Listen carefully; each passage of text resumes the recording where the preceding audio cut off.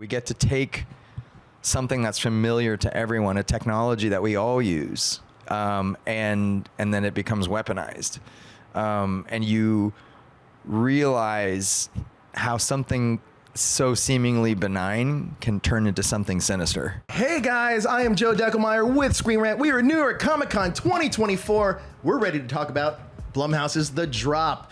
Chris, first question is for you. This is far from your first collaboration with Blumhouse. Can you talk about the film The Drop and what we can expect from this film? Yeah, so Drop is it's a very fast-paced thriller, contained, set in one location for the most part. It's a sort of a Hitchcockian 90s thriller with modern technology, and it's very intense and really scary. What can you tell us about your character, Violet?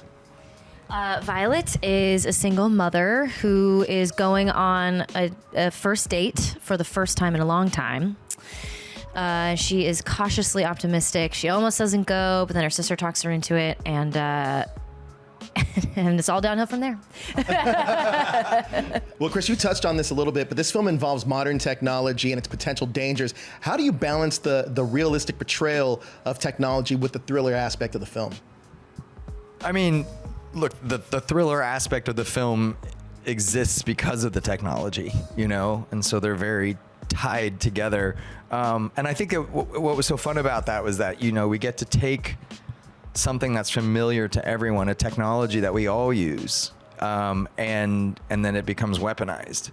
And you realize how something so seemingly benign can turn into something sinister. And I think that's really the relatable thrill of the movie. I do want to ask about how the film delves into the vulnerabilities of personal technology. How do you think the themes will resonate with viewers? You know, what's so interesting is, for me, it doesn't feel like a movie that is commenting on that. And I won't say how Chris did it, but he did achieve making a film where one of the main characters is a phone, and yet you don't feel like you are watching the movie through the phone. Like, he has really achieved this way of presenting the film that feels like so immersive and so character driven. You know, ultimately you're on a date with these two people who are just getting to know each other, and obviously there's all of these exterior circumstances that make everything insane. But I think for me, it doesn't really feel like, I mean, not that it doesn't comment on it, obviously. How can you avoid that? It's like, yeah, and the truth is, everybody who's alive and has a cell phone knows what it's like to get a random message or, so it's relatable in that way. Now I'm rambling, so I'm going to pass it off to Chris. No, but I think what it also dovetails into is this, and again, it's another thing that is really relatable for people, which is experiencing, you know, online abuse, you know, and how, because that is something that I think everybody can relate to. Everyone has experienced that on social media in some aspect or another, and how dangerous and threatening that anonymity can feel sometimes. And so it's sort of like that theme and that idea magnified by a million, you know? Right. Now, Chris, what makes The Drop unique? What makes The Drop unique, and how did Gillian Jacobs and Chris Roach's script stand out from other Blumhouse thrillers? I hope that those are actually the writers, because are the writers. Okay. I was so excited. We are in the right place.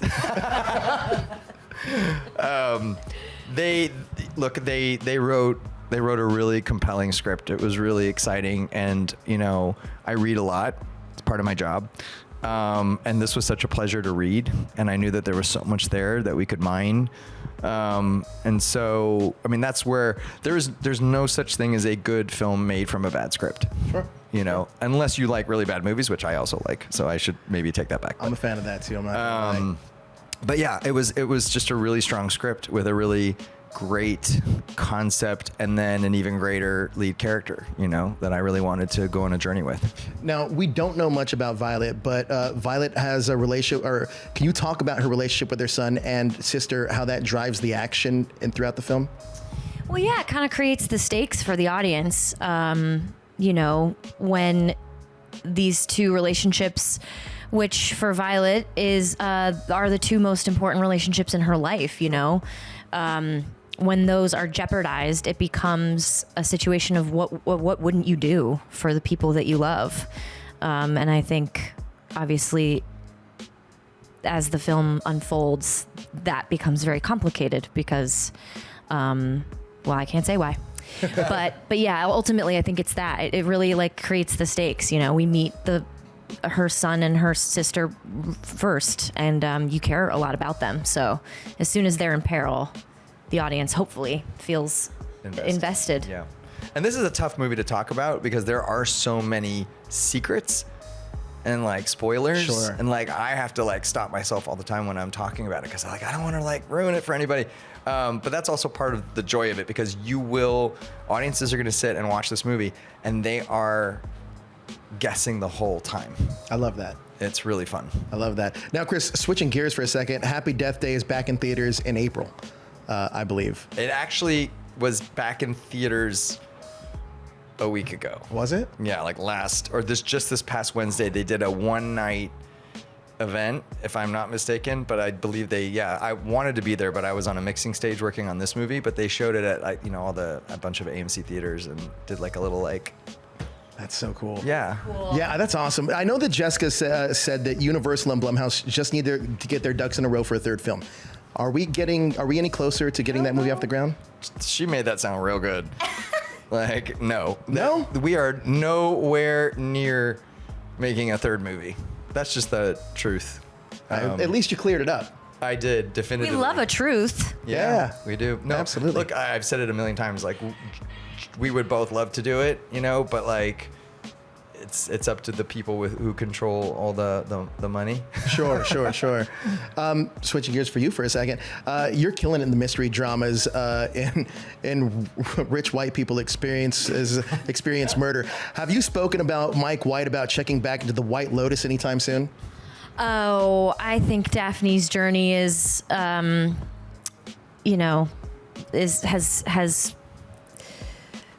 done what it was meant to.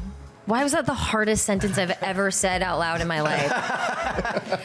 I would like to take a second to redo that. I mean, you can keep that if you want, but Go just for to it, reword yeah. it, I feel really good about her journey.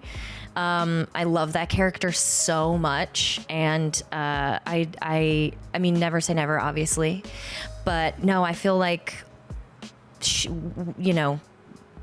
good. She's in a good place. I think about her a lot, and yeah.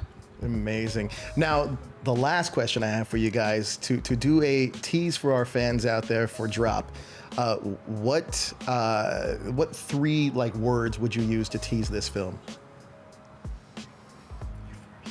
Okay, each of us do three. Intense. That was my word. Really? No, he's like, I wish I would have went first. Intense, surprising, and romantic. Oh. I know. I feel like people aren't expecting romance. No, they aren't. And they shouldn't because there's none. I'm kidding. Or am I? Guess I'll have to find out on April 11th. You did that really well. Okay. Suspenseful. Funny. I can't say fucked up. Well, I mean, you probably can. Okay. Unhinged. I like it. Unhinged. I love like it. Well, look, thank you guys so much for dropping by. Enjoy your New York Comic Con 2024. Thanks so much We're for so having excited. us. Thank you. See ya.